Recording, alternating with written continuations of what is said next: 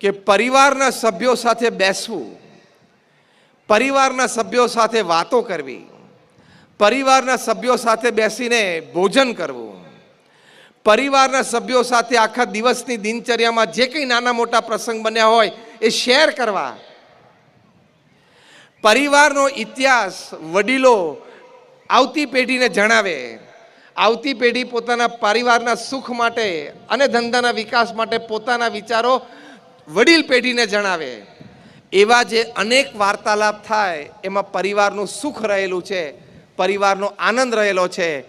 Conclusion પેપરમાં Harvard યુનિવર્સિટીએ લખ્યું છે કે 67% પ્લસ રિસ્પોન્ડન્ટ્સ, મહેશજી, they said that spending quality and quantity time with your near and dear ones whom you love and respect, who loves and respects you, is the greatest joy upon this earth.